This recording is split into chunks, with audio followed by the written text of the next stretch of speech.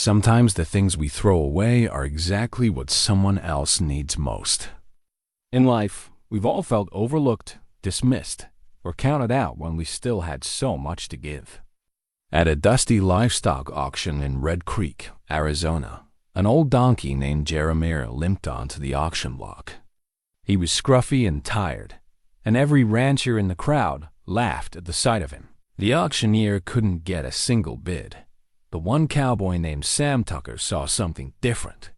When Sam bid $2, the whole crowd called him a fool.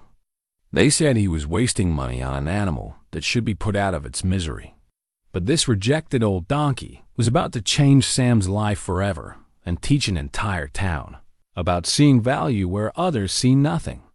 Could a $2 donkey really make a cowboy rich?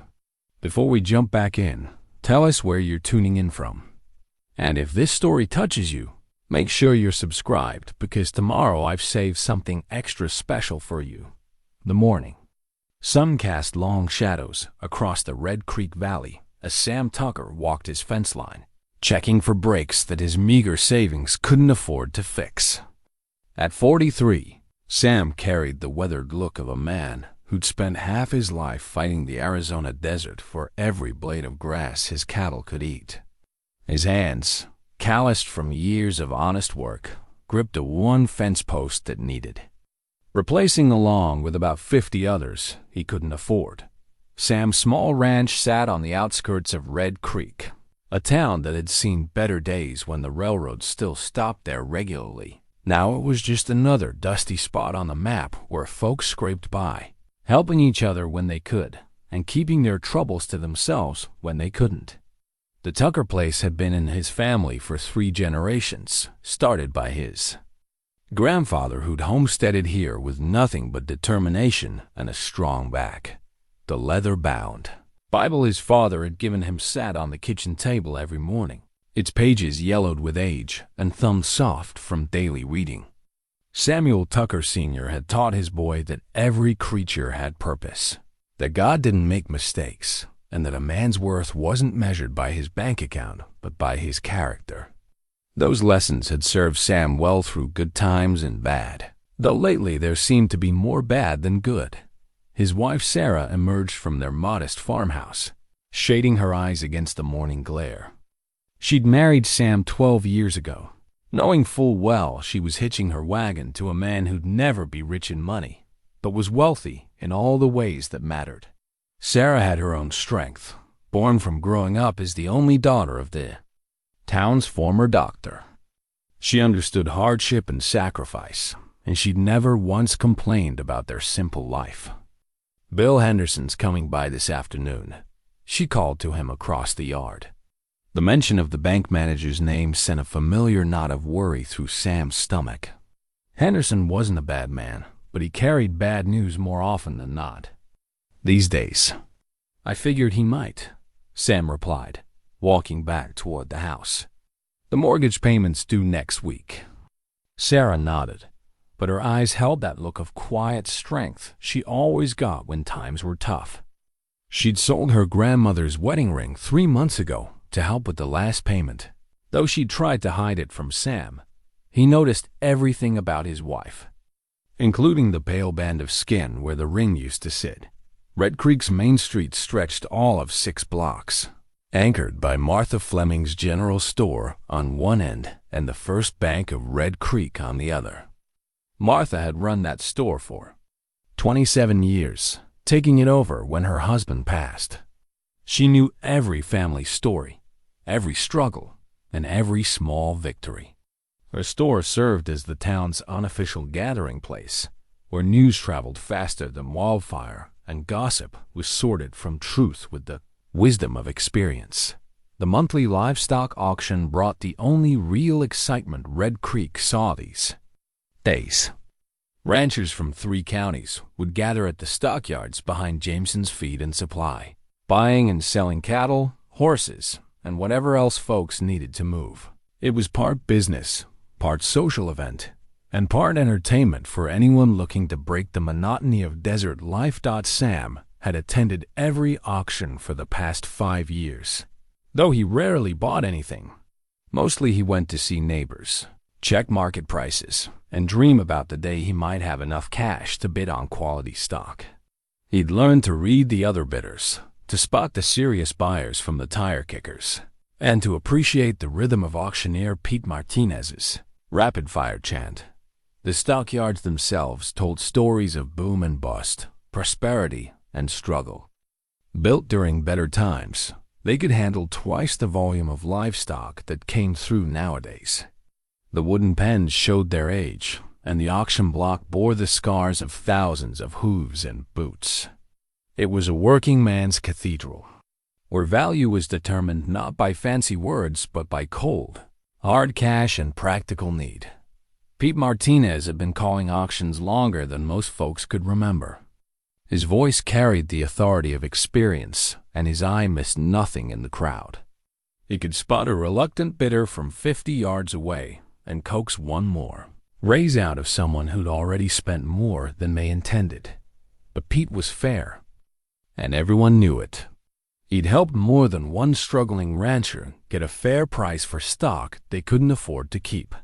The Tuesday before the auction, Sam sat at his kitchen table with the monthly bills spread out before him like a poker hand he couldn't win. The numbers never seemed to add up right, no matter how many times he rearranged them. The ranch was barely breaking even, and that was in a good month. One major expense, a sick cow, a broken water pump, a truck repair, and they'd be behind. Again, you know what your daddy always said, Sarah reminded him, setting a cup of coffee at his elbow. The Lord provides, but sometimes he expects us to do the looking. Sam smiled at that. His father had been full of such sayings, little nuggets of wisdom wrapped in country common sense. The old man had seen his share of hard times and had always found a way through them with faith, work, and the occasional stroke of luck that he insisted wasn't luck at all. The day of the auction dawned clear and hot, with the kind of dry wind that made everything seem crisp and urgent. Sam finished his morning chores early, checked on his small herd of cattle, and cleaned up for the trip to town. He had exactly $37 in his wallet, not enough to buy anything substantial, but enough to make him feel like a participant, rather than just a spectator. The stockyards buzzed with activity as trucks and trailers arrived from across the county. Cowboys in their best working clothes mingled with weekend ranchers wearing newer boots and cleaner hats. The serious buyers clustered near the auction ring, studying their catalogs and making notes about lot numbers and estimated values. Sam found his usual spot on the bleachers, third row back where he could see everything, but wasn't close enough to accidentally catch the auctioneer's eye. He'd learned that lesson years ago when an inadvertent wave had cost him $40 for a calf he couldn't afford and hadn't wanted. The auction moved with practiced efficiency through cattle, horses, and farm equipment. Sam watched the familiar dance of bidding, the subtle signals, the poker faces, and the occasional burst of competitive fever that drove prices higher than anyone expected. He recognized most of the buyers and could predict with fair accuracy who would bid on what. As the day wore on and the crowd thinned, Pete Martinez's voice began to show the strain of hours of auctioneering. The quality of livestock had declined as they worked through the catalog, moving from prime breeding stock to work animals to whatever odds and ends folks needed to move. That's when they brought out Jeremier. The old donkey limped onto the auction block like he was apologizing for taking up everyone's time. His gray coat was patchy and dull, his ears drooped with age, and one of his back legs favored the others with each careful step. Someone in the crowd chuckled, then another, until a wave of laughter rippled through the remaining bidders. Pete. Martinez looked down at his notes, then up at the donkey, then back at his notes as if hoping they might have changed. "Well, folks," he said, with the tone of a man trying to make the best of a bad situation, "here we have lot number 47. One donkey, age. Well, let's just say he's got some experience under his belt." The laughter grew louder. Someone called out, What's the glue factory paying these days? Another voice shouted. I've seen livelier animals in a taxidermy shop. Even Pete couldn't suppress a grin as he looked out at the amused crowd. But Sam Tucker wasn't laughing. He was studying the old donkey's eyes, and what he saw there made him sit up straighter. There was intelligence in those dark brown depths, and something else, a patience that spoke of wisdom rather than resignation. The donkey might be old and worn, but he wasn't broken. There was still strength in that compact frame, still purpose, in the way he held his head despite the mockery surrounding him. Let's start the bidding at, let's say $5, Pete announced, though his tone suggested he wasn't optimistic about even that modest opening. Silence stretched across the stockyards like a held breath. The donkey stood perfectly still, as if he understood he was being judged and found wanting. A few more chuckles rippled through the crowd, but they sounded less amused now and more uncomfortable, like people who'd realized their joke wasn't as funny as they'd thought. How about $3? Pete tried, his voice carrying a note of genuine sympathy for the old animal. Come on, folks, he's got to be worth $3 to somebody. More silence. Sam felt something stirring in his chest, a familiar feeling he got when he saw something others had missed. It was the same instinct that had led him to buy his best bull calf from a rancher who thought the animal was too small. The same feeling that had guided him to Sarah when other men had dismissed her as too independent and strong-willed. $2, Pete called out, his voice now carrying more plea than professional enthusiasm. Surely someone can find $2 worth of use for this old fellow. Sam's hand went up before he'd consciously decided to bid. The movement was as natural and inevitable as drawing breath. Around him, heads turned in surprise, and the laughter that had been dying out suddenly roared back to life. Sam Tucker's finally lost his mind, someone called out. Throwing good money after bad. $2 for $2 worth, another voice added. That's about right. But Sam kept his eyes on the donkey, and for just a moment he could have sworn the old animal looked directly at him with something that might have been gratitude or recognition.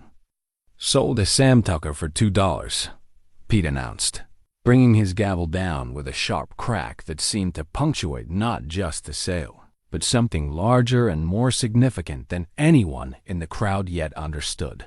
The $2 bill.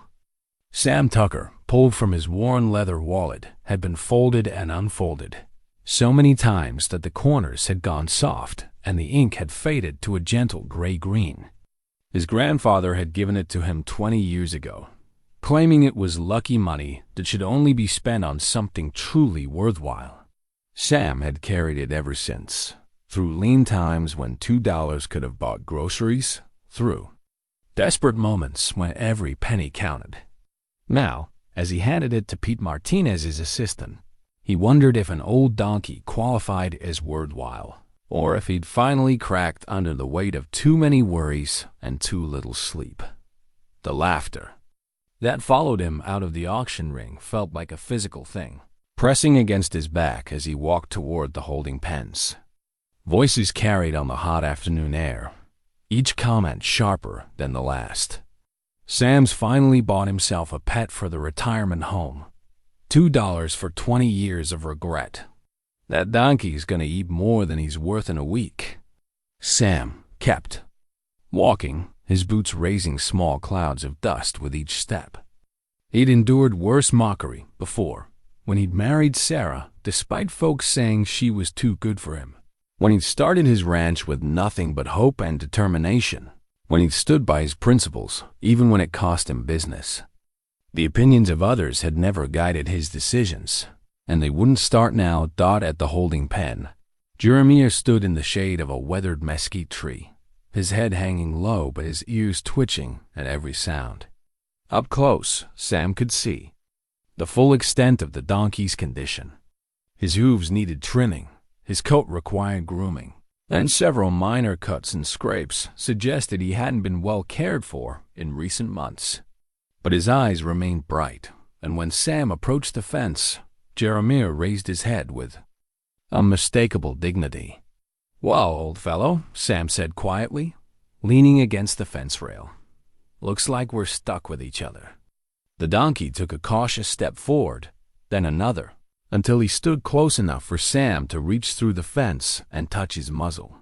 The skin was soft and warm, and when Jeremier didn't pull away, Sam felt the first stirring of real connection. Loading Jeremier into his trailer took patience and gentle coaxing.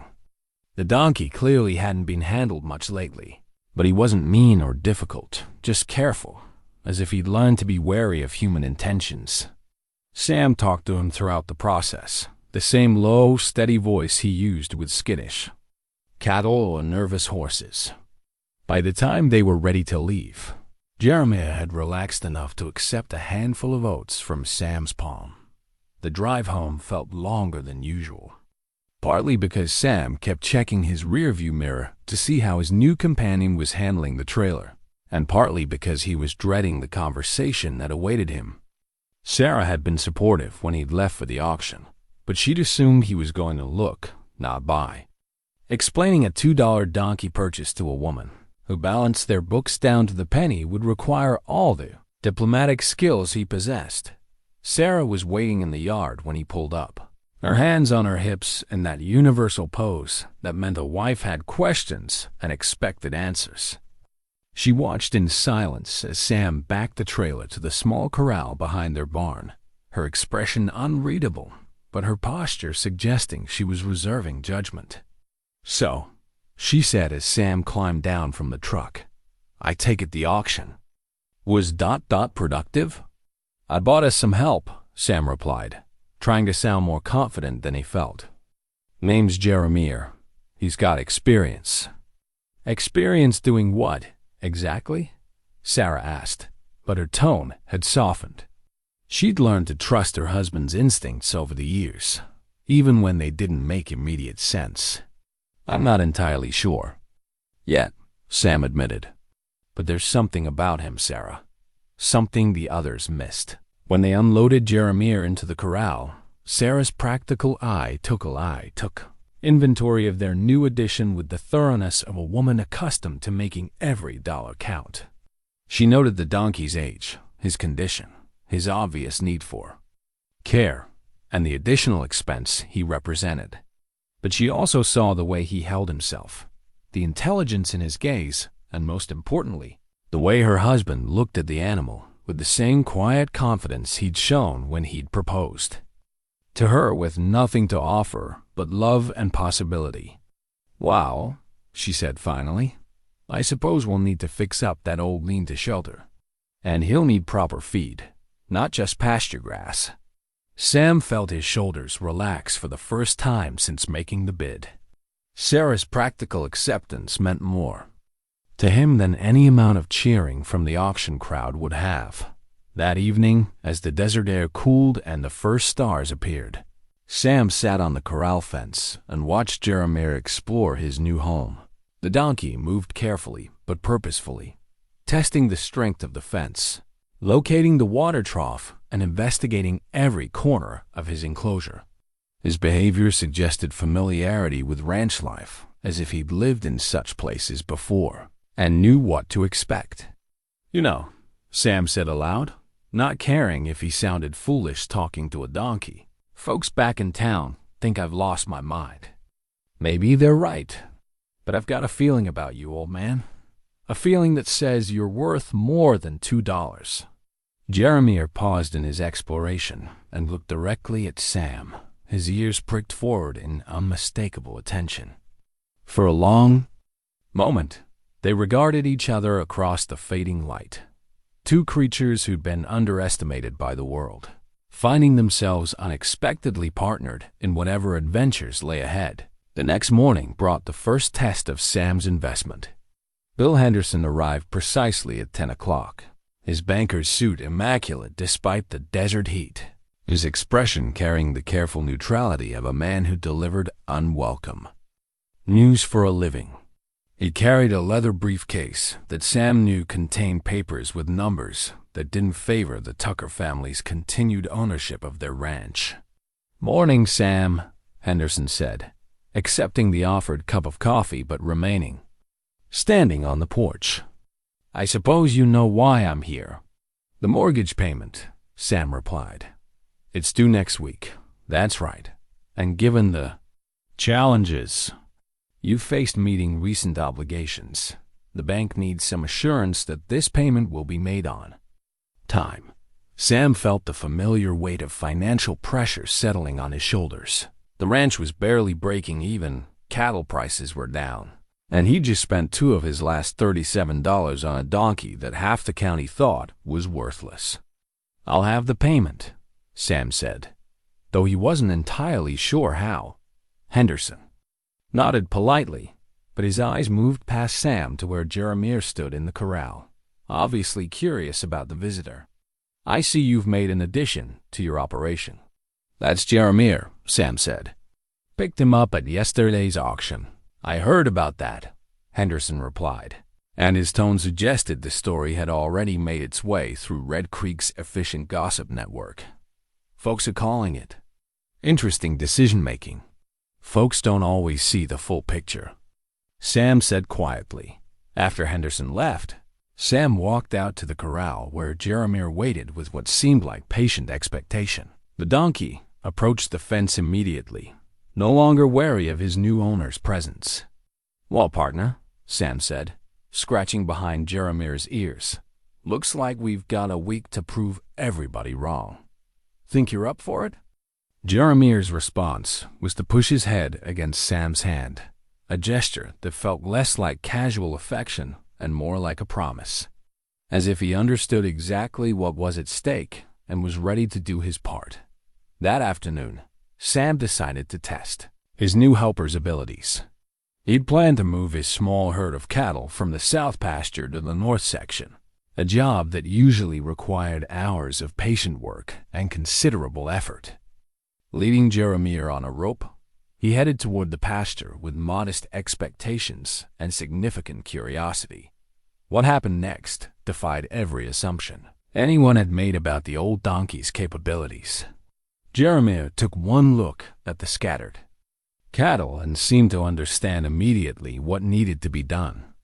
Without direction from Sam, he positioned himself at the far end of the herd and began moving the animals with subtle pressure and patient persistence. But it was more than just competence. It was intelligence. Jeremier anticipated which direction the cattle would try to break, cut off escape routes before they became problems, and worked with an efficiency that spoke of years of experience. Within an hour, all 15 head were contentedly grazing in their new location, and Sam was looking at his $2 purchase with new eyes. "I'll be damned," he murmured, watching Jeremier methodically drink from the stock tank as if moving cattle was the most natural thing in the world. "Where did you learn to do that, old man?" As the sun set over the Red Creek Valley, Sam Tucker felt something he hadn't experienced in months. Hope. Not the desperate hope of a drowning man grasping for straws, but the steady confidence of someone who'd found exactly what he needed. Even if he hadn't known he was looking for it, tomorrow would bring new challenges, and the bank payment loomed like a storm cloud on the horizon. But tonight, as he watched Jeremier settle comfortably into his new home, Sam allowed himself to believe that sometimes the things others threw away were exactly what you needed most. The hand-carved wooden water bucket that Sam's grandfather had made 60 years ago sat by the well, its weathered cedar still holding water as faithfully as the day it was finished. 3 generations of Tuckermen had used that bucket, and now it would serve a 4th generation that included Jeremier. Sam filled it each morning at dawn, part of a routine that had taken on new meaning since the donkey's arrival. Jeremier had been on the ranch for 3 days, and already the rhythm of their work together felt as natural as breathing. The old donkey seemed to anticipate Sam's needs before Sam himself knew what needed doing. When Sam headed toward the tool shed, Jeremier would position himself near the gate. When it was time to check the fence line, the donkey would wait patiently. By the truck, understanding somehow that he was expected to come along. "Never seen anything like it," Sam told Sarah over breakfast on Thursday morning. "It's like he's been here all his life, knows exactly what needs doing and when." Sarah smiled over her coffee cup. She'd been watching the partnership develop from the kitchen window, and she had to admit that her husband's instincts seemed to be proving themselves. "Maybe he has been here all his life," she said. "Just took him a while to find his way home." That morning's work involved repairing a section of fence damaged by last month's storm. Sam loaded his tools into the old pickup truck, and Jeremier took his position in the truck bed as if it were the most natural thing in the world. The donkey had learned to brace himself against the tailgate during turns and seemed to enjoy the breeze ruffling his ears as they bumped along the ranch roads dotted the damaged fence section. Sam began the tedious process of replacing broken posts and restringing wire. Jeremier wandered nearby, occasionally picking at the sparse desert grass, but always keeping one eye on his human partner. When Sam needed a particular tool, he'd often find it had somehow moved closer to his reach. When a post needed steadying while Sam dug, Jeremier would position himself just where his weight could provide the needed support. The work went faster than it ever had before, and Sam found himself talking to Jeremier as if the donkey could understand every word. Maybe he could. The intelligent gleam in those dark eyes suggested comprehension that went beyond simple animal instinct. "You know, partner," Sam said as he stretched new wire between posts, "folks in town still think I'm crazy for buying you. Martha Fleming asked Sarah yesterday if I'd been drinking at the auction." Jeremier's ears twitched forward at the mention of town, and he turned his head toward the distant road that led to Red Creek. For a moment, his expression seemed almost wistful, as if he had memories of that place that went deeper than his brief appearance on the auction block by noon. They'd completed work that Sam had expected would take all day. As they loaded tools back into the truck, Sam noticed Jeremier staring intently toward the canyon country that bordered the ranch to the east. The donkey's posture had changed, becoming alert and purposeful in a way that Sam hadn't seen before. "What? Is it, old man?" Sam asked, following Jeremier's gaze toward the rugged landscape of red rock and scattered junipers. "Something interesting out there?" Instead of answering, which would have been expecting a lot, even from Jeremier, the donkey began walking purposefully toward the canyon area. He paused after a few steps and looked back at Sam as if inviting him to follow. Curious, Sam climbed back into the truck and drove slowly alongside as Jeremier picked his way through the scrub brush and rock. The donkey moved with surprising sure-footedness for an animal his age, navigating rough terrain as if he'd traveled this route many times before. They continued for nearly a mile before Jeremier stopped at the edge of a shallow wash where winter runoff had carved a channel through the red earth. The donkey stood perfectly still, his attention focused on something Sam couldn't identify. The area looked unremarkable, just another stretch of high desert landscape, marked by erosion and scattered with the usual collection of rocks, cactus, and hardy desert plants dot, but Jeremier seemed to see something more. He walked a careful circle around one particular spot, his nostrils flaring as if he were following a scent. Then he began pawing at the ground with one front hoof, not frantically, but with deliberate purpose. Sam climbed down from the truck and walked over to investigate. Where Jeremier had been digging, the desert had given up a small object that gleamed dully in the afternoon sun. Sam knelt and brushed away the loose dirt, revealing what appeared to be an old horseshoe, not the machine-made variety common today, but hand-forged iron with the irregular shape and rough finish of earlier craftsmanship. "Well, I'll be damned," Sam muttered, turning the horseshoe over in his hands. "Where do you suppose this came from, Jeremier?" The donkey had moved on to another spot nearby, once again pawing at the ground with that same purposeful intensity.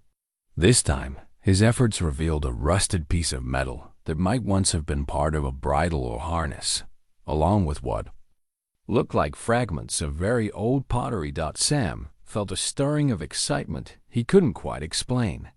These weren't modern artifacts dropped by careless campers or hunters. The horseshoe alone suggested someone had been working this area long ago, possibly during the territorial period when Spanish influences were still strong in the region. "How did you know these were here, partner?" Sam asked, but Jeremier had already moved on to a third location, his behavior suggesting this was far from random digging. They spent the rest of the afternoon exploring the wash, with Jeremier leading, and Sam following in growing amazement. The donkey seemed to have an uncanny ability to locate spots where the desert had preserved remnants of human activity.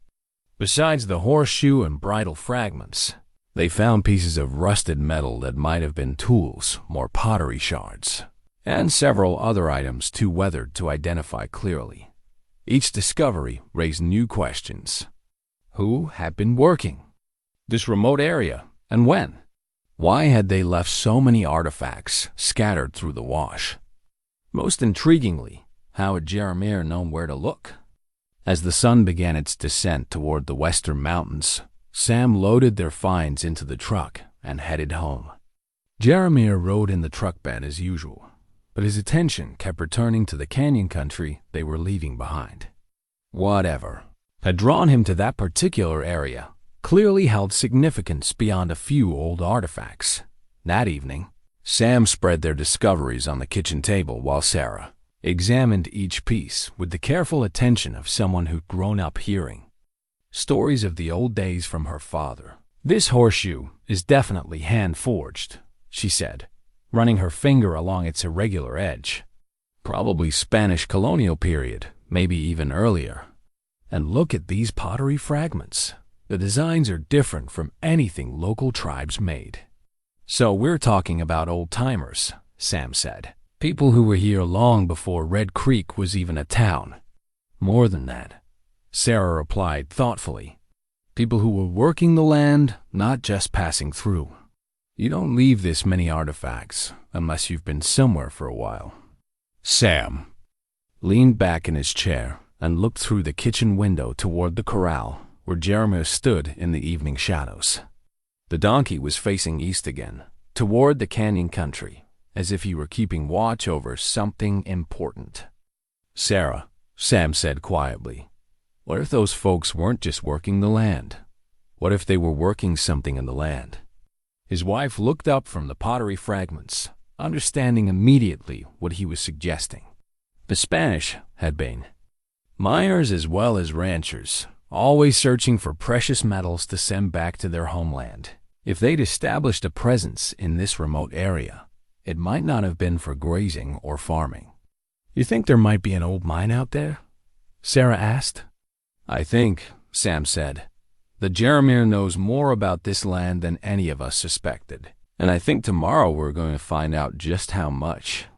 Outside in the corral, Jeremier raised his head as if he'd heard his name mentioned. For a moment, his silhouette against the darkening sky looked less like a discarded farm animal and more like a guardian keeping watch over secrets that had waited decades to be discovered. The $2 donkey was proving to be worth considerably more than anyone had imagined, and Sam Tucker was beginning to suspect their story was just getting started. The Spanish horseshoe sat on Martha Fleming's counter like a piece of evidence waiting for a detective. Sam had brought it to town Friday morning, along with the pottery fragments and metal pieces Jeremier had helped him uncover. If anyone in Red Creek would know the significance of these artifacts, it would be Martha. Her general store served as the unofficial historical society, and her memory held decades of stories passed down by the area's oldest families. Martha examined the horseshoe through her reading glasses, turning it over in her weathered hands with the reverence of someone who understood the weight of history. At 72, she'd lived in Red Creek long enough to remember when some of the old-timers who'd witnessed the territories transitioned to statehood were still alive and telling stories. "Sam Tucker," she said finally, Where exactly did you find this? Out in the canyon country east of my place, Sam replied. Jeremier led me right to it. Martha's eyebrows rose at the mention of the donkey. Like everyone else in town, she'd heard about Sam's peculiar auction purchase, though she'd been more diplomatic in her comments than most. That old donkey found this. He knew exactly where to look, Sam said, like he'd been there before. Martha set the horseshoe down carefully and disappeared into the back room of her store. Sam could hear her moving boxes and muttering to herself as she searched for something. When she returned, she carried a cardboard carton filled with old papers, photographs, and documents. My late husband was something of a local historian, she explained, setting the box on the counter. He collected stories and documents about the early days, back when this was all territorial land. I've been meaning to donate these to the state Historical Society, but they keep getting pushed to the back burner. She pulled out a folder filled with photocopied documents and began sorting through them. There were Spanish mining operations all through this region in the 1800s, she continued. Most people don't realize how extensive they were because the mines were abandoned when the Spanish pulled out, and later settlers didn't always find them again. Sam felt his pulse quicken. Mining operations? Silver, mostly. The Spanish were always looking for silver. Martha pulled out a hand-drawn map that looked like it had been copied from something much older. This is a territorial survey map from 1874. See these marks here? They indicate known mine sites, though most of them were already abandoned by then. Sam studied the map, trying to orient himself to landmarks he recognized. The Red Creek Valley was clearly marked, along with the mountain ranges and major geographical features. And there, in the canyon country east of where his ranch now sat, were several small symbols that Martha identified as mine markers. The legend says these Spanish operations were quite productive for a while, Martha continued, but they were also secretive. The Spanish didn't want to advertise their mineral wealth, so they kept their mining locations closely guarded secrets. What happened to them? Sam asked. Same thing that happened to a lot of Spanish enterprises in this region: political changes, conflicts with local tribes, economics that didn't make sense anymore. Most operations just shut down and walked away, leaving everything behind. Martha pulled out another document. This one, a photocopied page from what appeared to be a territorial government report. This mentions a particularly productive silver mine in the Red Creek area that employed a substantial workforce and produced significant quantities of ore for nearly 15 years before being abandoned in 1847. Sam felt something cold settle in his stomach, not fear, but the kind of excitement that comes with the recognition of genuine opportunity. 15 years is a long time to be working one location. Long enough to establish quite an operation, Martha agreed. The report mentioned support facilities, worker housing, even livestock. Livestock? Mules and donkeys, mostly. Essential for moving ore and supplies in mountainous terrain. Martha looked at Sam with new interest. You know, there are stories about animals that lived at these old mine sites developing almost supernatural knowledge of the area. Horses and mules that could find their way through canyon systems in complete darkness. Donkeys that could locate water sources that had been forgotten for decades. The implications hit Sam like a physical blow.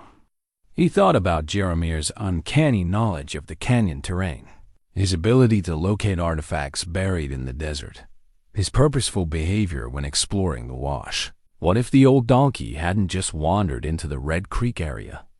What if he'd been born there, lived there, worked there? Martha, Sam said carefully, how long do donkeys typically live? Oh, quite a long time if they're well cared for. 30 years, sometimes more. She paused, understanding dawning in her eyes. Sam, you're not thinking that old donkey of yours. I'm thinking a lot of things, Sam replied. None of them making much sense yet, but all of them pointing in the same direction. Martha pulled out a magnifying glass and examined the horseshoe again, paying particular attention to its size and shape. You know, this shoe is smaller than what you typically see on a horse, more like what you'd use on a mule or donkey. Sam felt the pieces of a puzzle clicking together in his mind, even though he couldn't see the complete picture yet. Martha, could I borrow this map and these documents? I'd like to study them more carefully. Of course, but Sam, Martha's voice carried a note of caution. Even if there were mines out there once, that doesn't mean there's anything left to find. These operations were abandoned more than a century ago. Maybe, Sam said, carefully folding the map. But abandoned doesn't necessarily mean empty. The drive back to the ranch felt different now. Charged with possibility and weighted with questions, Sam wasn't sure he was ready to answer. The familiar landscape looked the same, but his understanding of it had shifted. Every ridge and canyon might hold secrets. Every wash might conceal evidence of activities that predated the town. The railroad, everything he'd thought of as the beginning of. Local history. Sarah was waiting in the yard when he pulled up, her expression expectant. She'd learned to read her husband's moods, and something in his posture told her the trip to Martha's store had been more than routine. What did you find out? She asked as Sam climbed down from the truck. Maybe nothing, Sam replied. Maybe everything. He spread Martha's documents on the kitchen table and explained what he'd learned about Spanish mining operations in the area. Sarah studied the old map with the same careful attention she gave to their monthly bills, tracing routes and noting landmarks with her finger. If this is accurate, she said finally, there could be several old mine sites within a few miles of here. That's what I'm thinking. And I'm also thinking that Jeremier might know where they are. They looked through the kitchen window toward the corral, where Jeremier stood in the afternoon shade. The donkey was facing east again, toward the canyon country, his attention focused on something beyond their sight. Sam, Sarah said quietly, what if you're right? What if he really did come from one of those old mines? What would that mean? I don't know yet, Sam admitted. But I think we're about to find out. That afternoon, Sam saddled his horse and Jeremier back toward the canyon area where they'd made their first discoveries. This time, he brought a camera, a notebook, and a small shovel, along with the old map Martha had loaned him. Jeremier moved through the terrain with even more purpose than before, as if their previous exploration had reawakened something in his memory. He led Sam along a route that seemed random but felt deliberate, winding through washes and around rock formations with the confidence of someone following a familiar path.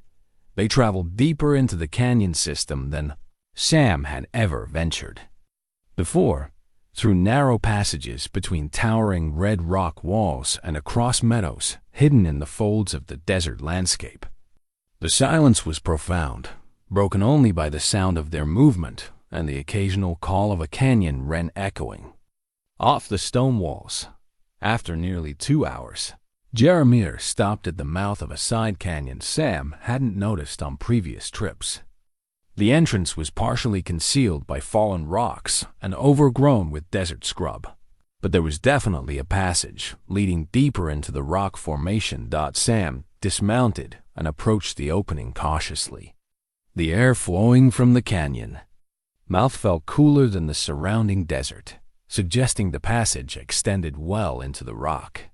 More importantly, the ground near the entrance was littered with artifacts, pieces of rusted metal, fragments of pottery, and what looked like the remains of wooden structures long since reduced to weathered splinters. My God, Jeremier, Sam whispered. You found it, didn't you? You found one of the old mines.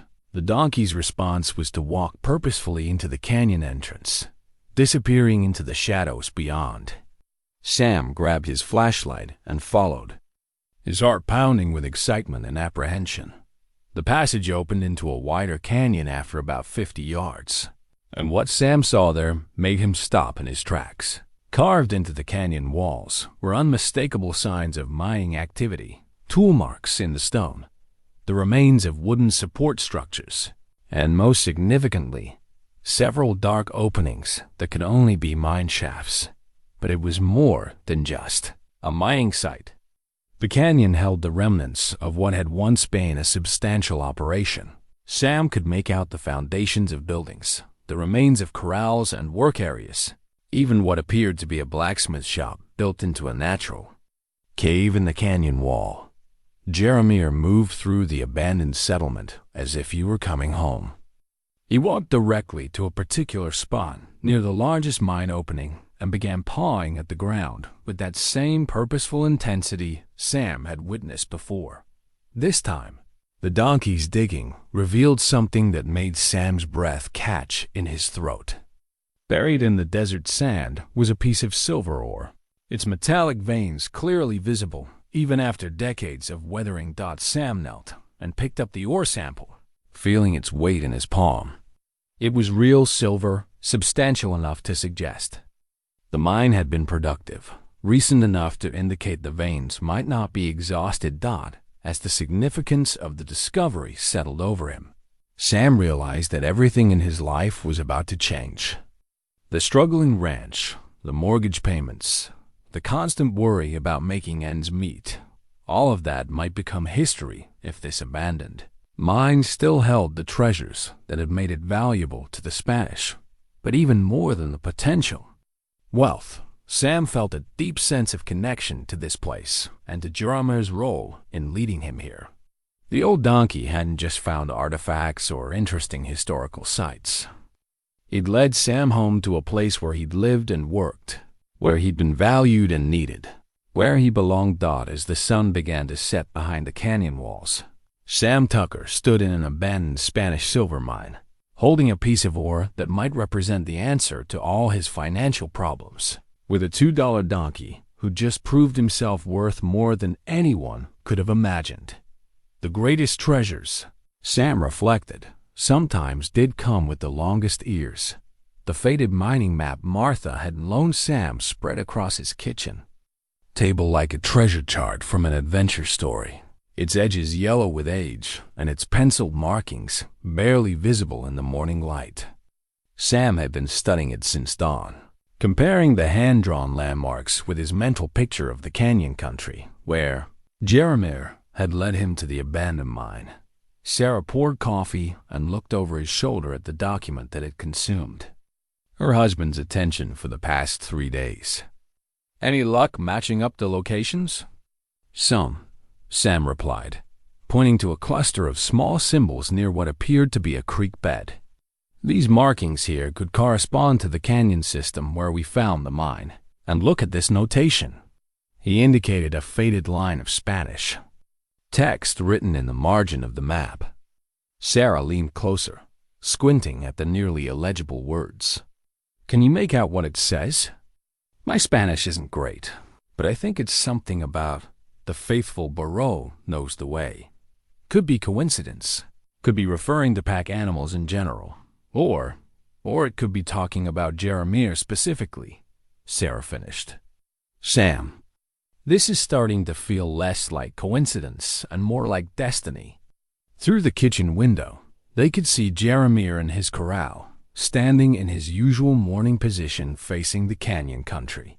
The donkey had been restless for the past few days, as if their discovery had awakened something in him that demanded action. "I need to go back out there," Sam said. "With proper equipment this time.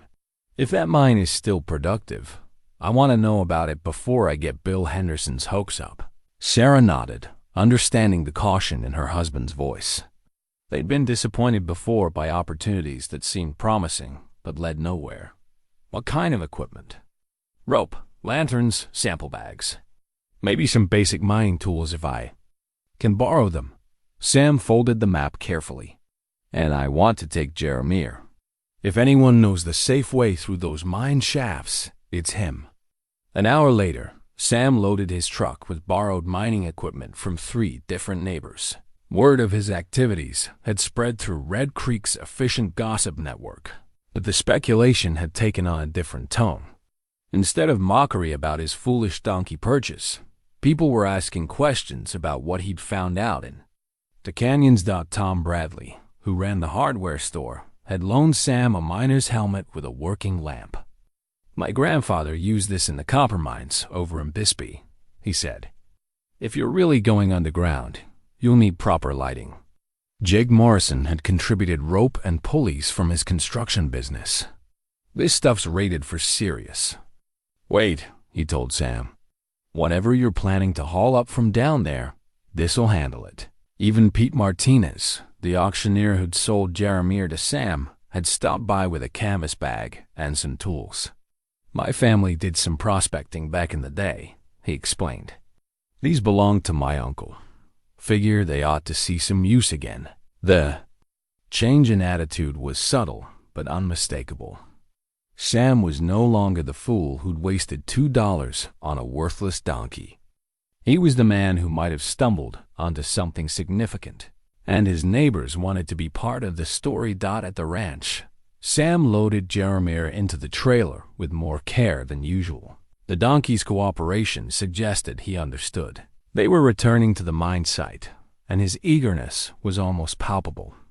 As they drove toward the canyon country, Sam found himself talking to his passenger through the trailer's front window.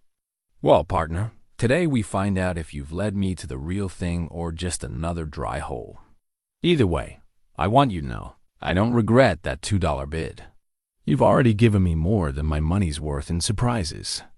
The drive to the canyon entrance took 40 minutes over increasingly rough terrain.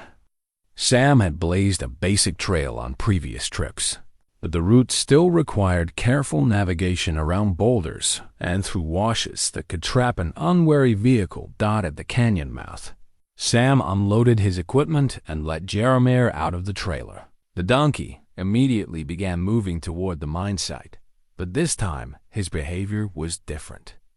Instead of the casual exploration of previous visits, Jeremier moved with urgent purpose, as if something had changed in their absence. Following the donkey deeper into the canyon, Sam noticed things he'd missed before. The remains of old structures were more extensive than he'd initially realized. What he'd taken for random rock piles were actually the foundations of buildings. The blacksmith cave held the remnants of a forge and anvil. Most significantly, there were signs that the mine had been worked more recently than the 1840s abandonment, date suggested by Martha's documents. Jeremier led him to the largest mine opening and stopped. His attention focused on the dark passage that led into the rock. Sam strapped on Tom Bradley's mining helmet, checked his equipment, and prepared to enter the mine that might change his life forever.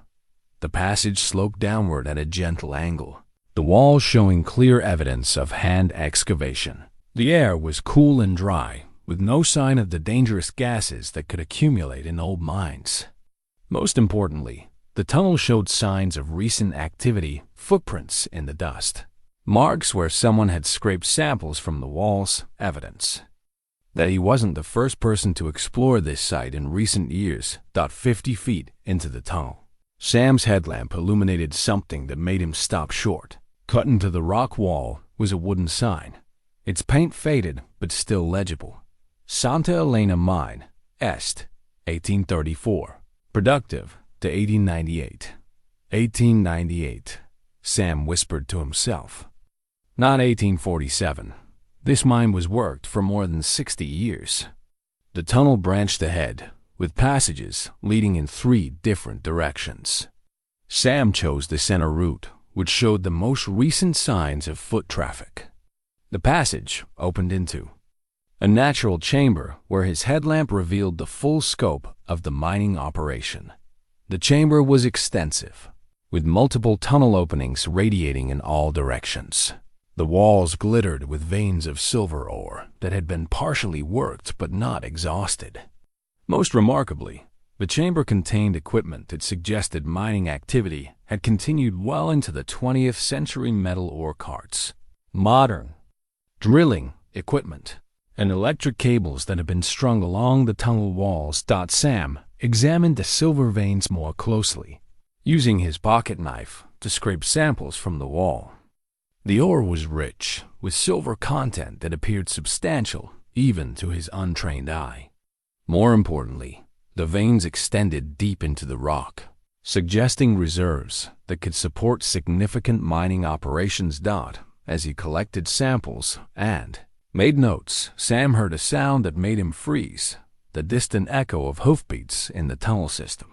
For a moment, he worried that Jeremier had followed him into the mine, but the sound was too heavy, too numerous to be one donkey. Moving cautiously toward the sound, Sam discovered another chamber that took his breath away. It was a natural stable, carved from the living rock, with stalls and water troughs that had been maintained in working condition. And occupying those stalls were 3 donkeys and 2 mules, all in excellent condition, all clearly well cared for. But most amazing of all was Jeremier, standing in the center of the stable as if he belonged there, being nuzzled and welcomed by the other animals like a long-lost family member. Returning home. An elderly voice spoke from the shadows behind Sam, causing him to spin around in surprise. I wondered when someone would finally follow old Jeremier back home. Standing in the tunnel entrance was a man Sam had never seen before. Weathered, white-haired, wearing clothes that suggested he'd been living rough for years. But his eyes were sharp and intelligent, and his posture suggested strength despite his apparent age. "Name's Carlos Mendoza," the stranger said. "And I reckon it's time I told someone the real story of the Santa Elena mine." Sam stared at the old man, his mind racing with questions. "You've been working this mine?" "Working it, protecting it, keeping it ready." Carlos stepped into the chamber, and the animals moved toward him with obvious affection. "Been waiting 20 years for Jeremier to bring the right person back here." 20 years?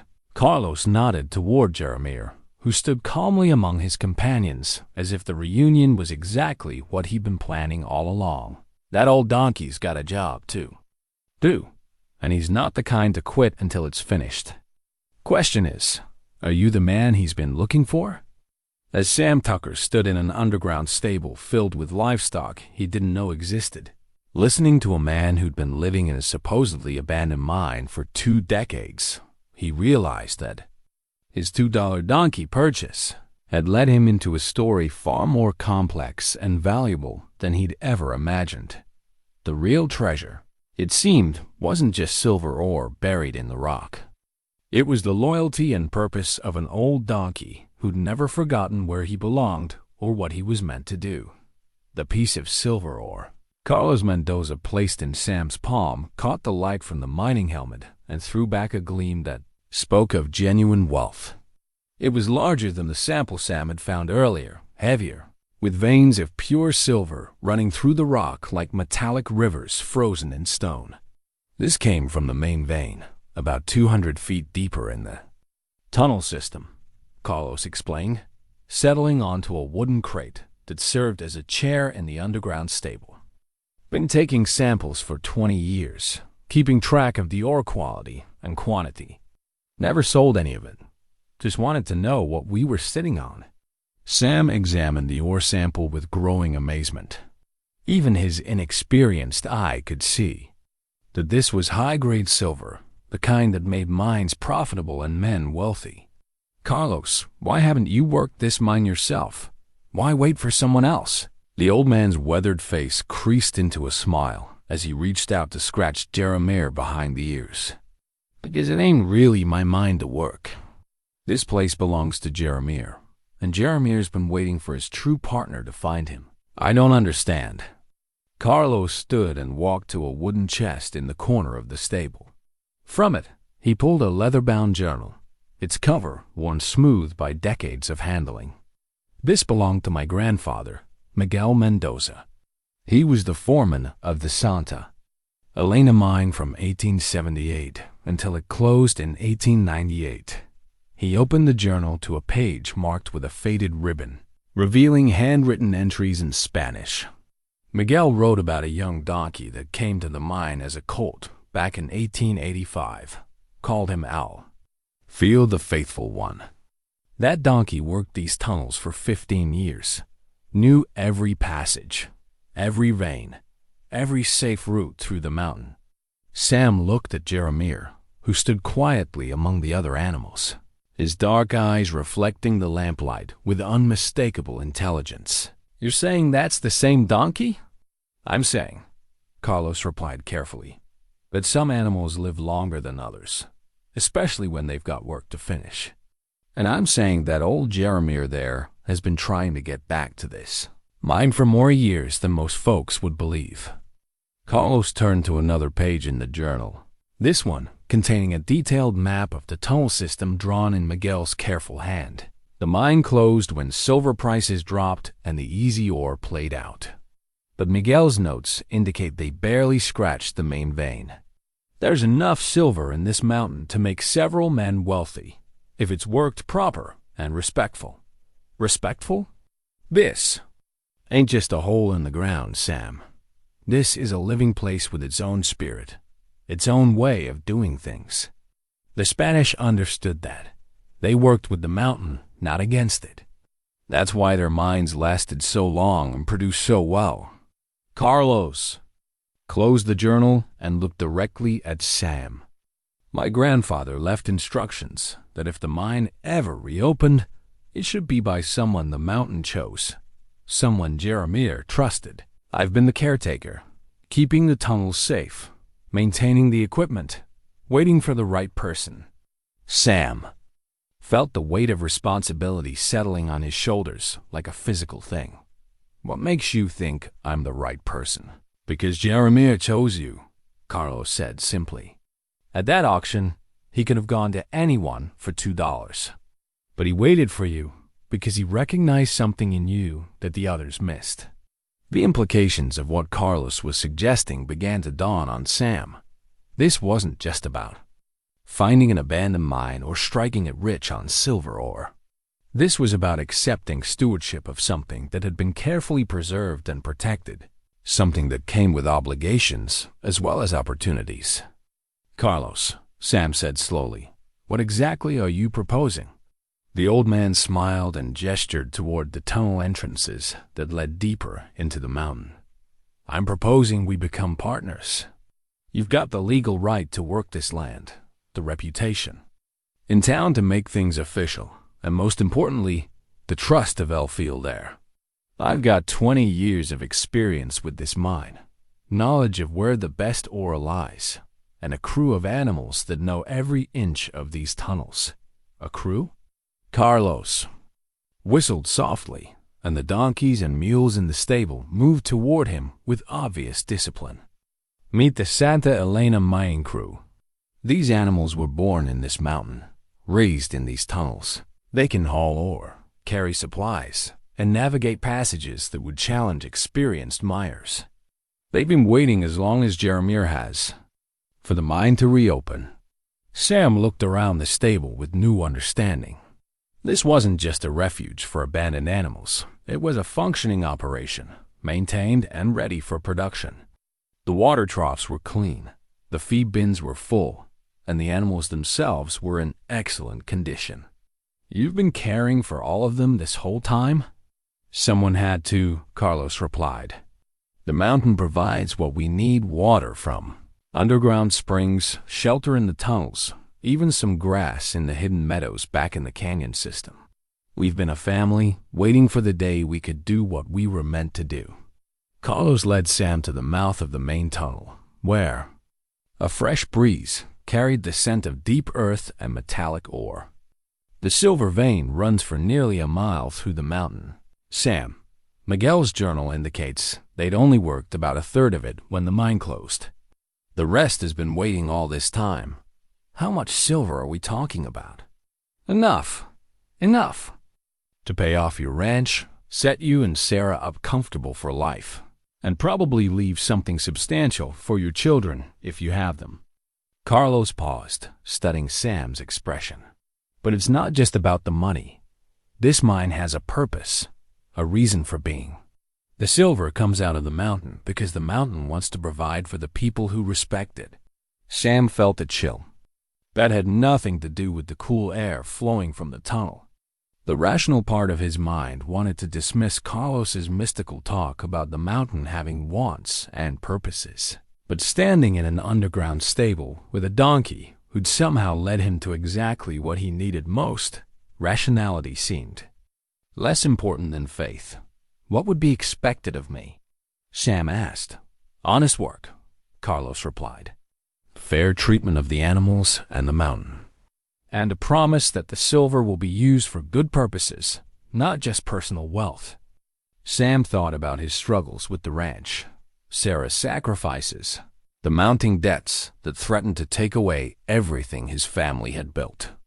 But he also thought about his neighbors who'd helped him with equipment, the community that had supported him despite their doubts about his judgment. "Carlos," he said finally, "if we do this, it's not just for me. There are others in Red Creek who could use some of the prosperity this mine might bring." The old man's smile broadened into a grin that made him look decades younger. "Now you're starting to understand why Jeremier chose you." As if summoned by his name, Jeremier walked over to Sam and gently nudged his arm. The donkey's touch felt like an agreement, a sealing of the partnership that had begun with a $2 bid at a dusty livestock auction. "All right, partner," Sam said, scratching behind Jeremier's ears. "I guess we're going into the mining business. The silver ore." Sample in his pocket felt warm against his hand, as if it carried the promise of everything that was about to change. But more than the potential wealth, Sam felt the satisfaction of purpose, the knowledge that he was exactly where he was meant to be, doing exactly what he was meant to do. The $2 donkey had led him home, not just to a place, but to a destiny that had been waiting for him all along.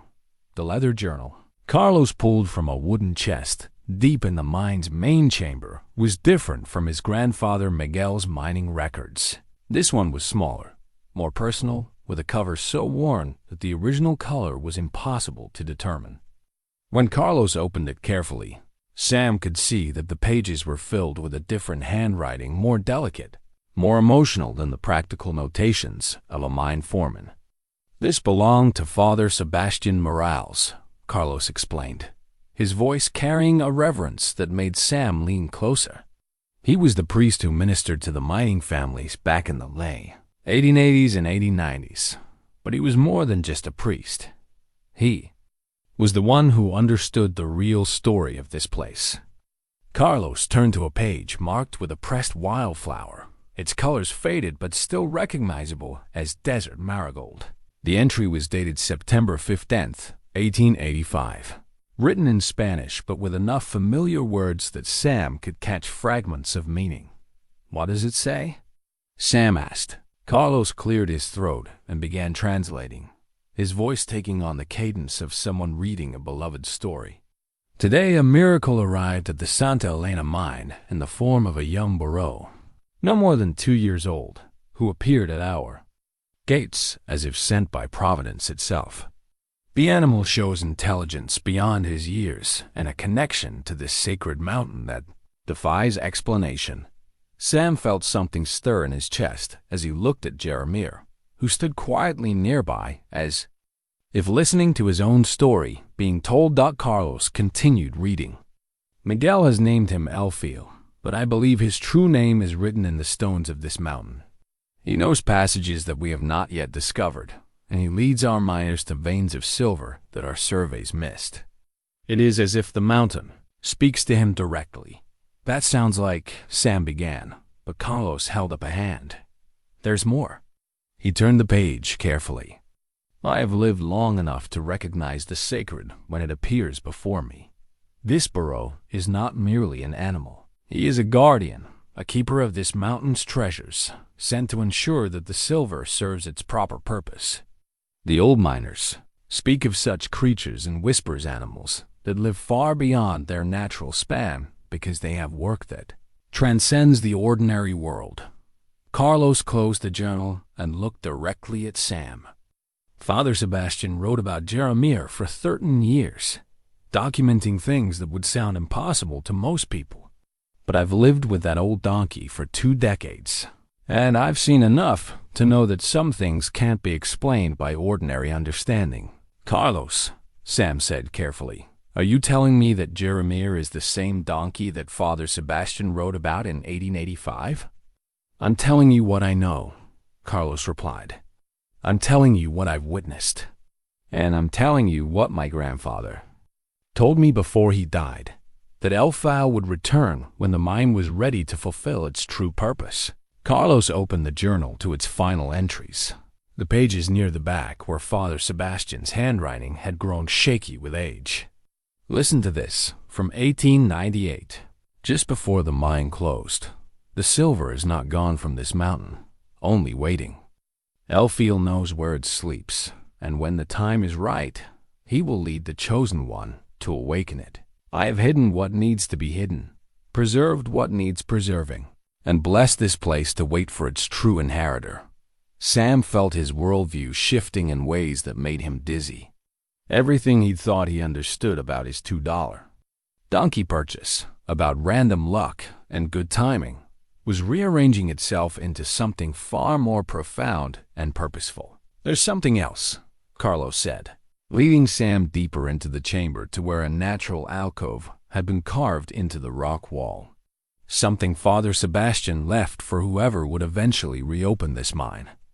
Inside the alcove, wrapped in oiled cloth that had preserved it perfectly, was a small wooden box. Carlos lifted it carefully and handed it to Sam. "Go ahead, open it." Sam lifted the lid with trembling hands, revealing contents that made him gasp aloud. The box contained silver coins, but not ordinary currency. These were Spanish colonial pieces, beautifully crafted, each one bearing dates from the 1880s and 1890s. But more significant than their age or potential value was their quantity.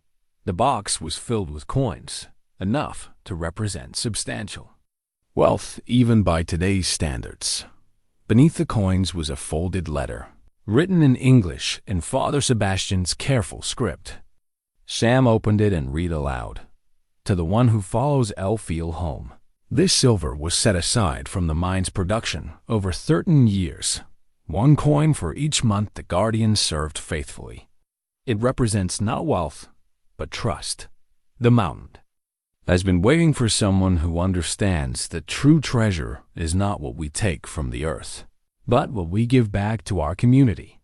Use this silver wisely, and the mountain will provide abundance beyond your imagining.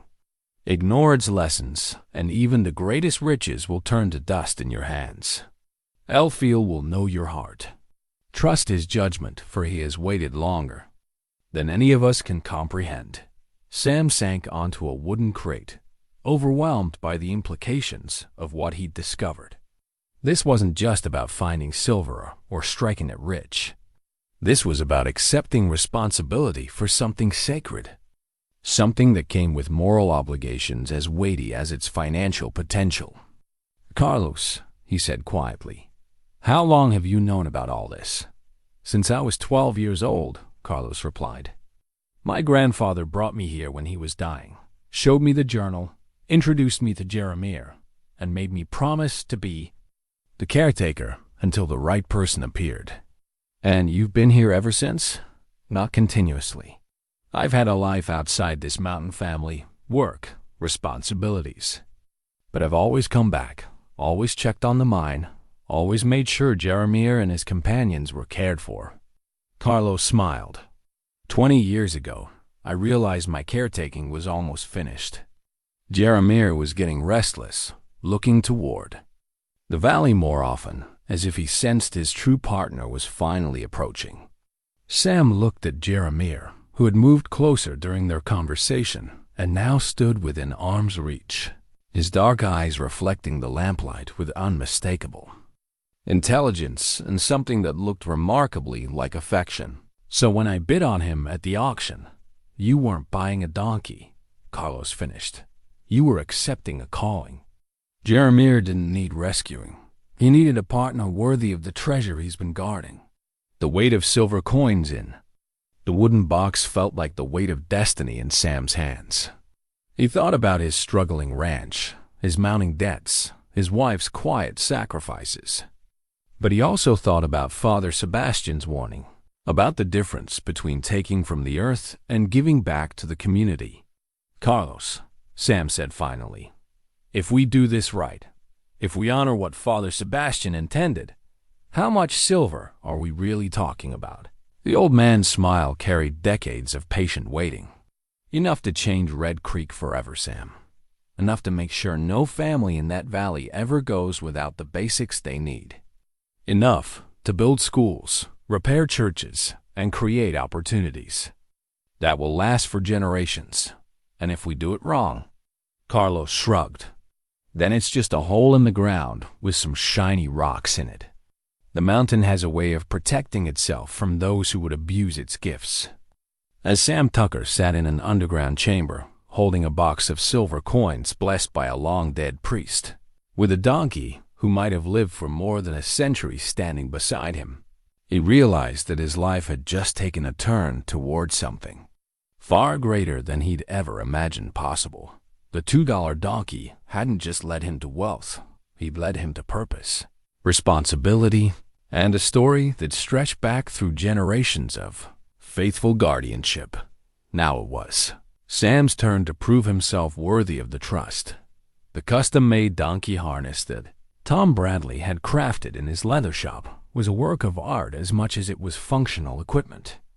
Made from the finest cowhide and brass fittings, it bore Jeremier's name tooled into the leather, along with decorations that honored both the donkey's service and the Santa Elena mine's heritage. Tom had refused payment for the work, saying it was the least Red Creek could do for their most famous resident. Sam adjusted the harness on Jeremier's shoulders as they prepared for their first official day of mining operations. 3 weeks had passed since the discovery of Father Sebastian's journal and the box of Spanish silver coins. 3 weeks of careful planning, legal paperwork, and quiet preparations that had transformed Sam Tucker from a struggling rancher into the operator of what might become Arizona's most productive silver mine. "Easy there, partner," Sam murmured as Jeremier shifted slightly under the new harness. "I know it feels different from the old rope rigging, but Tom made this special for you. You're going to be the best-dressed mining donkey in the territory." The donkey's response was a gentle nudge against Sam's shoulder, a gesture that had become their standard greeting. In the weeks since their partnership had begun, Sam had learned to read Jeremier's moods and signals with an accuracy that amazed even Carlos. The old caretaker often joked that Sam and Jeremier communicated better than most married couples. Behind them, the Santa Elena mine hummed with activity for the first time in over a century. Carlos had spent the previous week updating the mining equipment, installing modern safety features, and mapping the most promising silver veins. The other donkeys and mules had been fitted with similar harnesses, each one crafted by Tom Bradley with the same attention to detail and respect for their service. Sarah emerged from the mine, office a restored building that had once housed the Spanish foreman, carrying a clipboard and wearing the satisfied expression of a woman who just balanced books that showed substantial profits rather than mounting debts. The transformation in the Tucker family's financial situation had been dramatic and swift. The Spanish silver coins from Father Sebastian's box had provided immediate relief from their debts, while the mine's first silver ore samples had attracted serious interest from buyers in Phoenix and Tucson. The assay reports came back from Phoenix, Sarah announced, her voice carrying barely contained excitement. "The silver content is even higher than Carlos estimated. At current market prices, we're looking at ore worth $1,200 per ton." Sam felt his knees go weak. $1,200 per ton? "And that's from the preliminary samples," Sarah continued. "Carlos thinks the deeper veins will show even higher concentrations." Carlos emerged from the main tunnel, his clothes dusty from a morning spent marking ore deposits. At 68, he moved with renewed energy, as if the reopening of the mine had given him a purpose that transcended his years. "The mountain's been generous with us, Sam. More generous than I dared hope. How much ore are we talking about? Sam asked. Conservative estimate? 5,000 tons of workable ore in the main vein alone, Carlos replied. Could be twice that when we fully explore the secondary passages. Sam did the mathematics in his head and felt dizzy at the result. Even at conservative estimates, they were sitting on millions of dollars worth of silver. More money than existed. In the entire Red Creek Valley, more than he'd dreamed of in his most optimistic moments. But with the wealth came responsibility that weighed heavier than the silver itself. Father Sebastian's letter had been clear about the obligations that came with the mine's treasures. The silver wasn't just meant to enrich its operators. It was meant to benefit the entire community. Carlos, Sam said carefully, we need to talk about how we're going to handle this. Not just the mining, but what we're going to do with the profits. The old man nodded approvingly. Been wondering when you'd bring that up. Shows you understand what El Fiel saw in you. They walked to the restored mine office, where Sarah had spread territorial maps and modern county surveys across a large table. Red Creek appeared as a small dot in a vast landscape, surrounded by ranches and farms that struggled with the same challenges the Tuckers had faced. Poor soil, unreliable water, and markets too far away to be profitable. I've been thinking about Father Sebastian's instructions, Sam said, studying the maps. About the silver serving its proper purpose. What if we use part of the profits to help our neighbors? Water projects, better roads, maybe even attract some businesses to the area? Sarah looked up from her calculations with the smile that had made Sam fall in love with her 15 years ago. I was hoping you'd say that. I've already started making lists of what the valley needs most. Carlos pulled out a worn notebook and opened it to pages covered with his careful handwriting.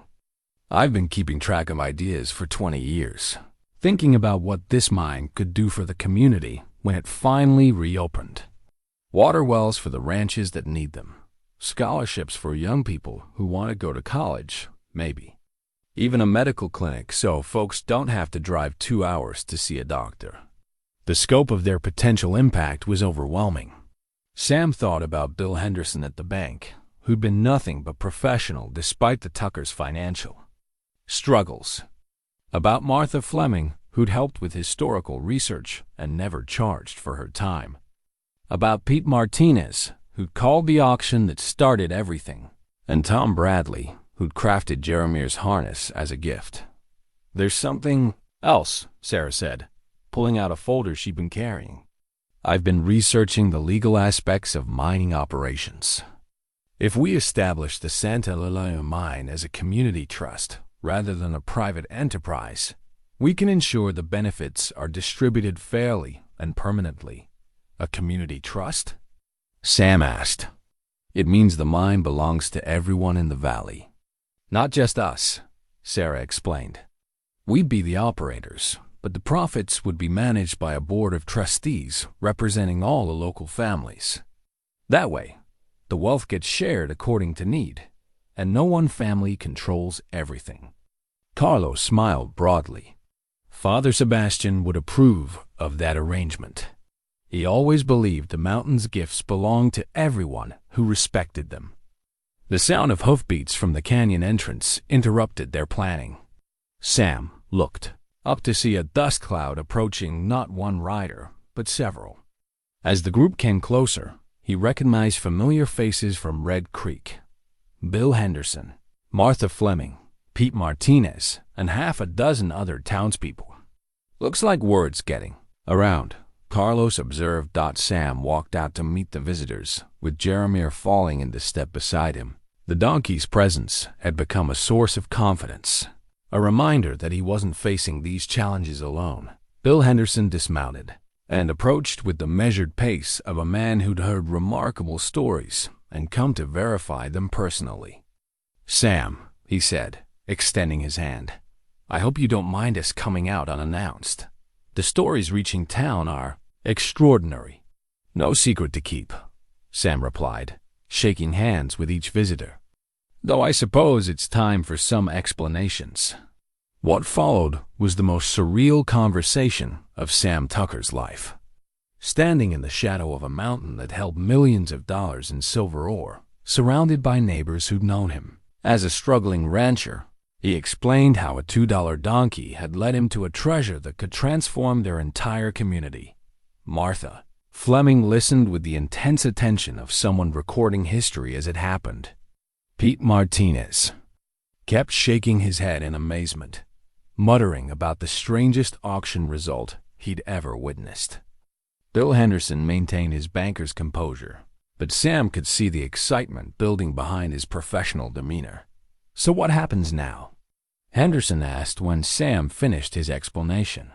"Now," Sam said, looking at Jeremier and then at the faces of his neighbors, "we find out if Red Creek is ready to become the most prosperous valley in Arizona." The murmur of excitement that rippled through the group was audible proof that Sam Tucker's life and the life of everyone in Red Creek was about to change forever.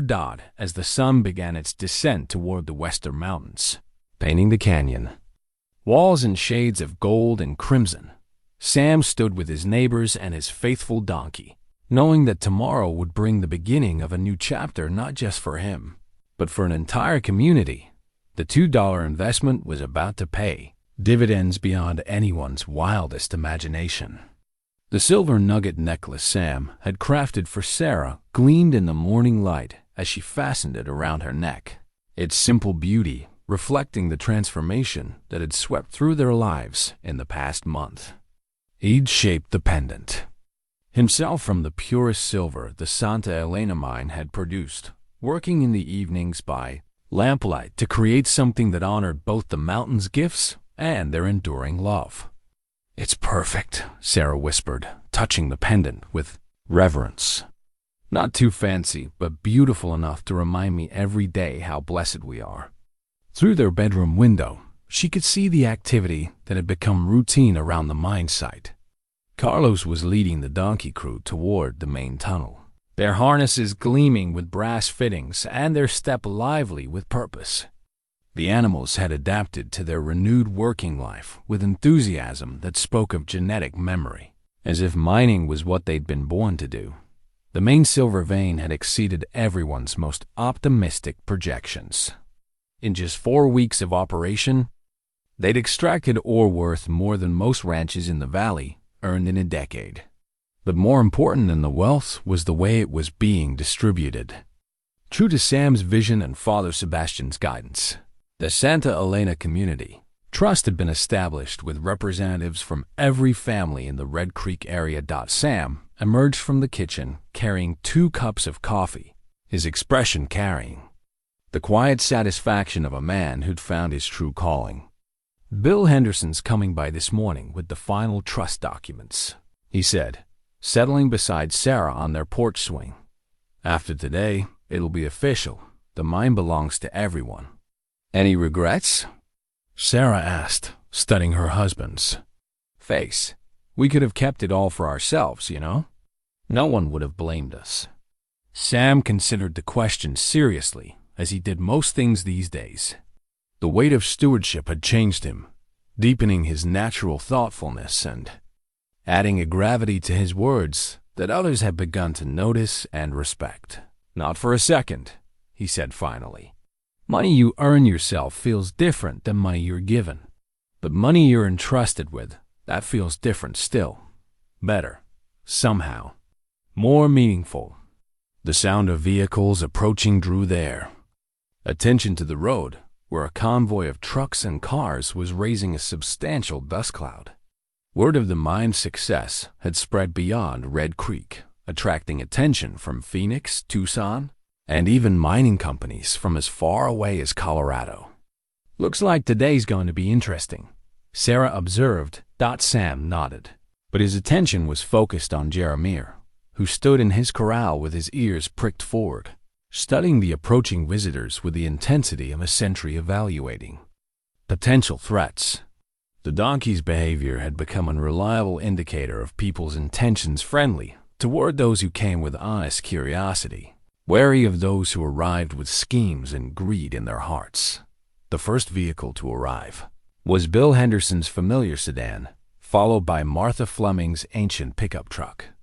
But behind them came cars Sam didn't recognize.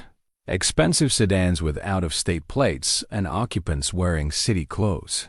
Unsuited to desert conditions, Carlos emerged from the mine office and walked toward the gathering vehicles, followed by several of the donkeys who seemed to understand that their presence might be needed. The old caretaker had developed an almost supernatural ability to sense trouble, and his expression suggested he was detecting something concerning about their unexpected visitors.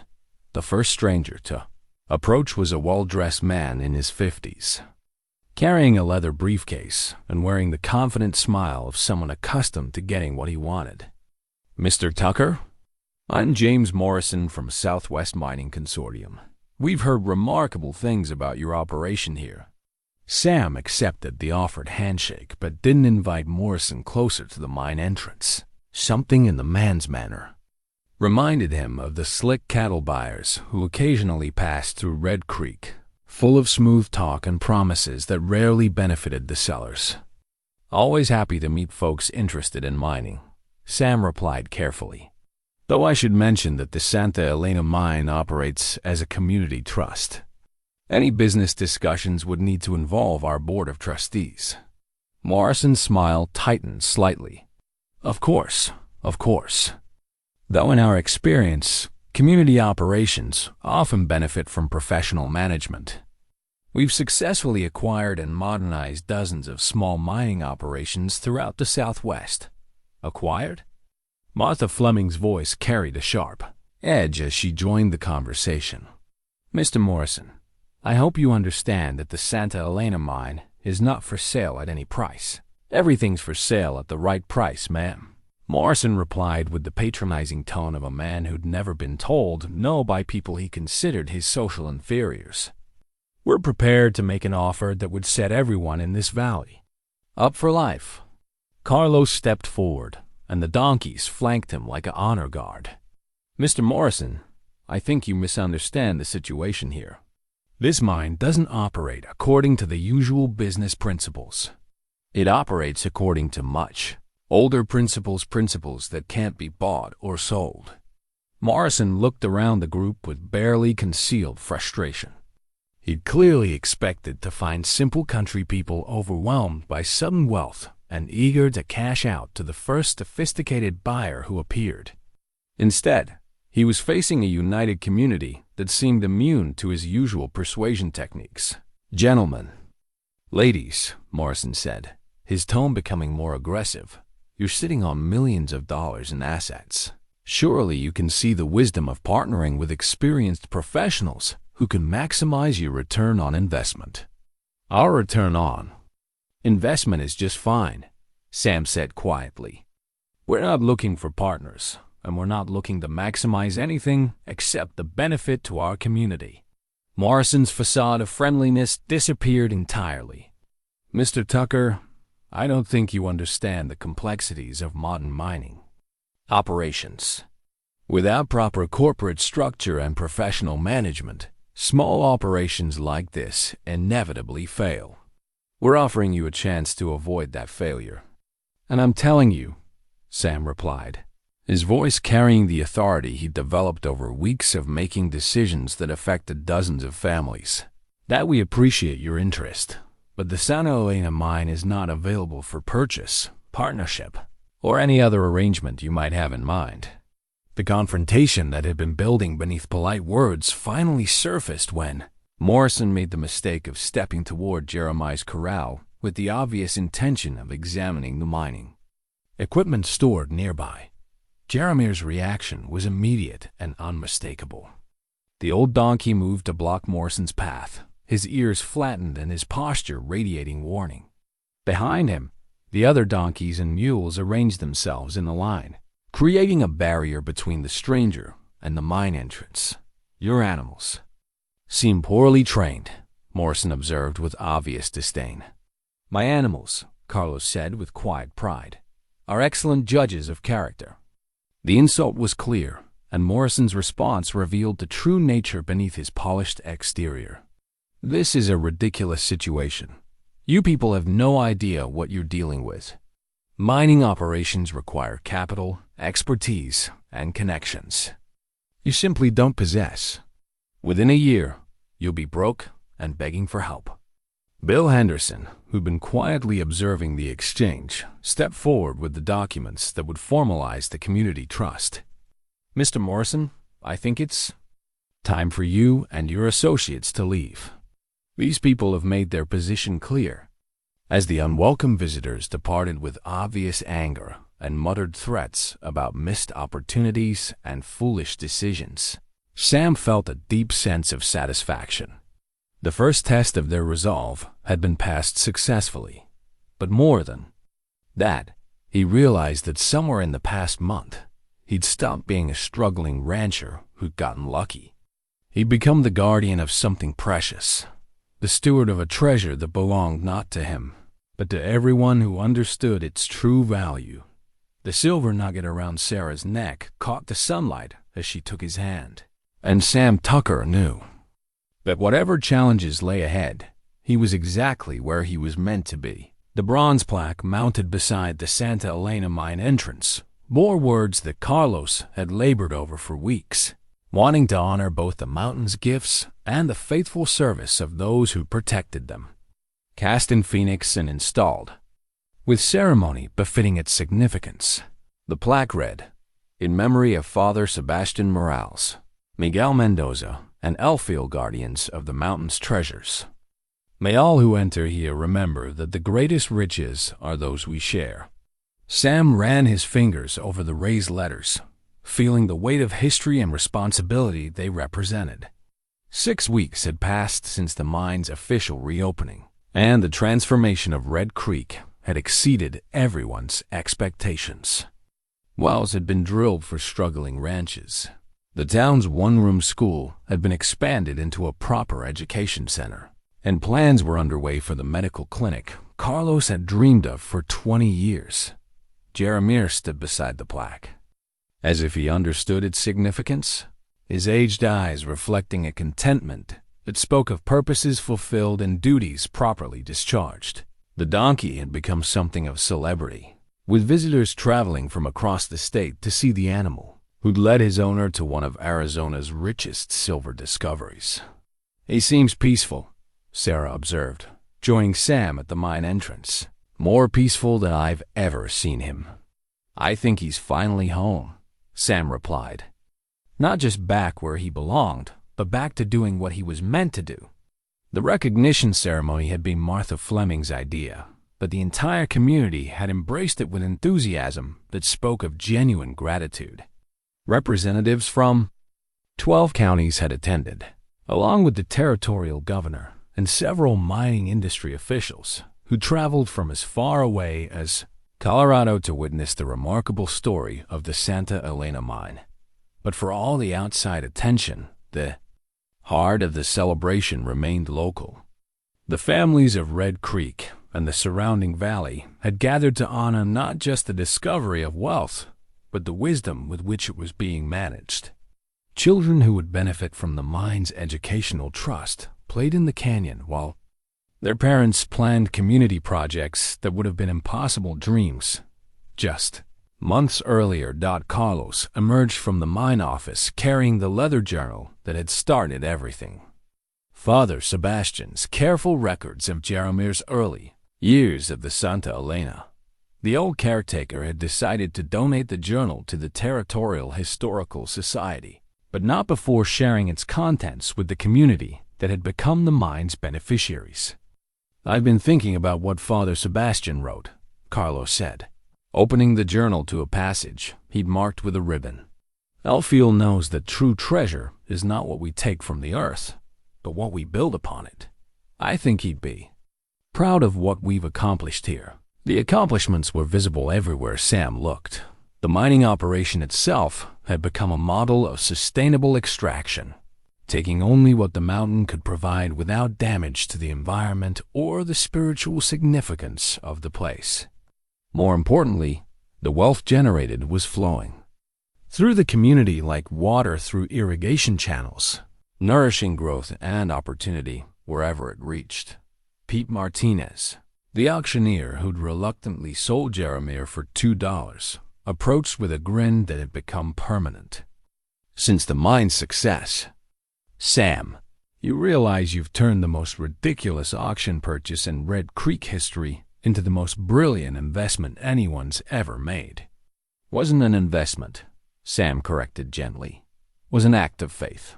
Faith in something I couldn't see, but somehow knew was there.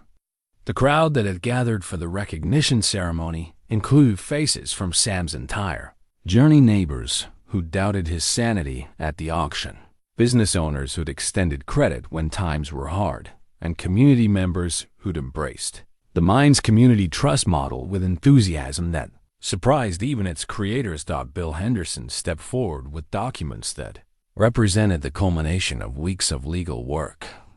The Santa Elena Community Trust was now officially established, with provisions ensuring that the mine's benefits would extend through generations. Education funds, infrastructure improvements, medical care, and economic development all supported by silver that had waited in the mountain for more than a century. Sam, Henderson said formally, on behalf of the Red Creek Valley Community Trust, I present you with the deed establishing the Santa Elena mine as a permanent community asset.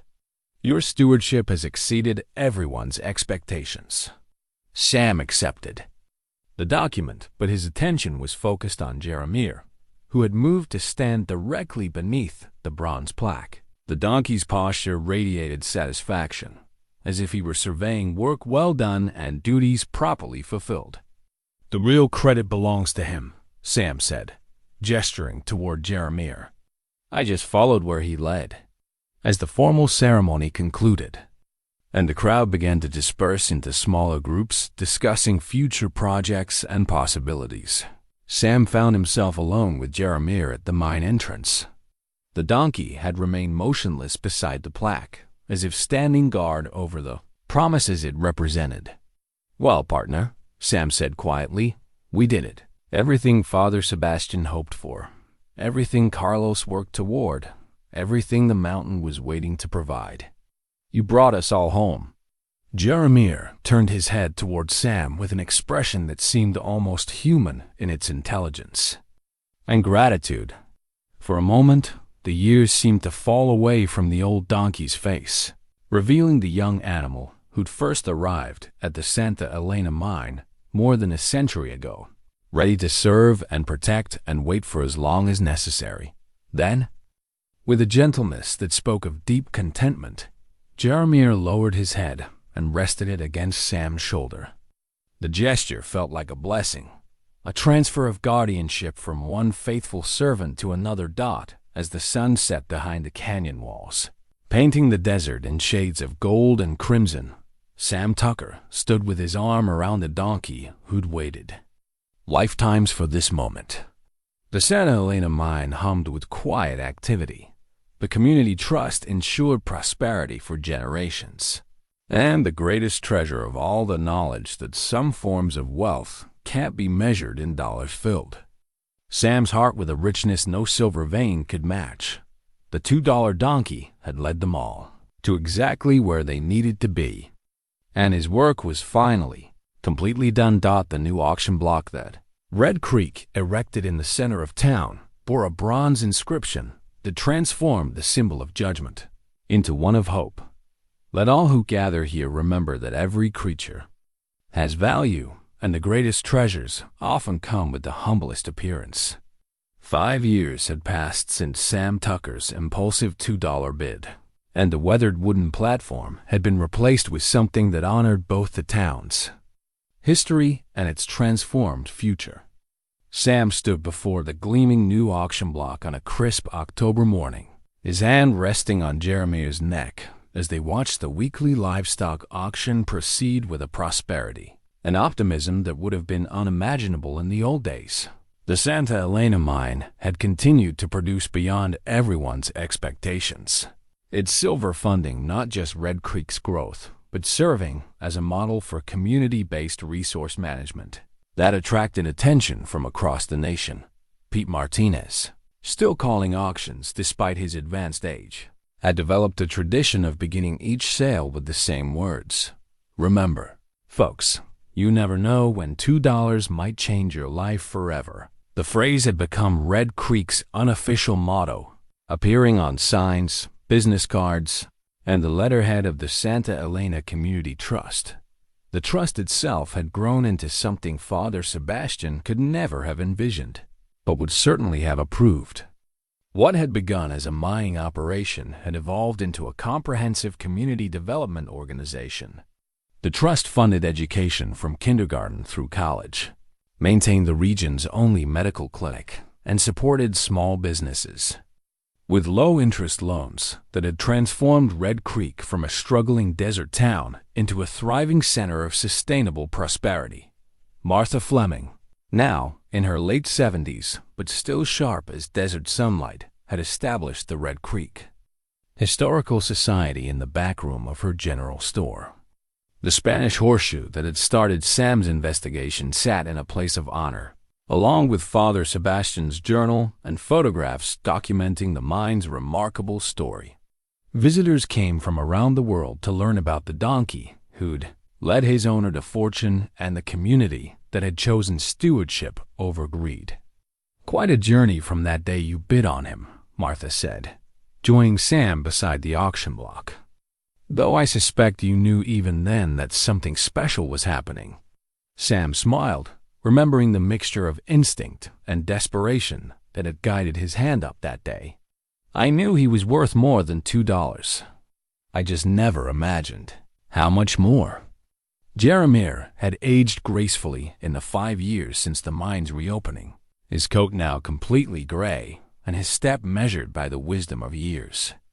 But his eyes remained bright with intelligence, and his role as the unofficial mascot of Red Creek's transformation had given him a dignity that transcended his humble origins. The donkey spent his days in comfortable retirement, though he still insisted on making weekly inspections of the mine with Carlos, who at 73 remained the operation's spiritual guardian as much as its practical supervisor. The two of them would disappear into the mountain for hours, checking on the silver veins and the underground stable where Jeremier's companions continued their work with the same dedication their ancestor had shown. Aunt Sarah emerged from the trust office across the street, carrying the monthly reports that showed the mine's continued productivity and the community's expanding prosperity. As the trust's administrator, she developed into a formidable manager of resources and people, ensuring that the Santa Elana's wealth reached every corner of the valley while maintaining the principles Father Sebastian had established. The Phoenix investors are here again, she announced with the weary tone of someone who'd fielded such inquiries monthly for 5 years. Same offer as always, different company name. Sam shook his head in amazement. Despite repeated explanations that the mine was not for sale at any price, corporate representatives continued to arrive with increasingly elaborate proposals for purchase, partnership, or modernization of the operation. Each delegation left, frustrated by the community's unwillingness to prioritize profit over principle. "What did you tell them this time?" Sam asked. "Same thing I always tell them," Sarah replied with satisfaction. "That they're welcome to visit, learn about our model, and apply our principles to their own operations. But the Santa Elena mine belongs to the people of Red Creek Valley, and that's never going to change." The afternoon auction proceeded with the kind of energy that came from buyers who had money to spend and sellers who didn't need to sacrifice quality stock to pay bills. The Santa Elena Trust's agricultural loans had allowed local ranchers to improve their herds, upgrade their equipment, and expand their operations without the crushing debt that had once defined rural life in the region. When the day's final lot was sold, Pete Martinez laid down his gavel and approached the small group gathered around Jeremier.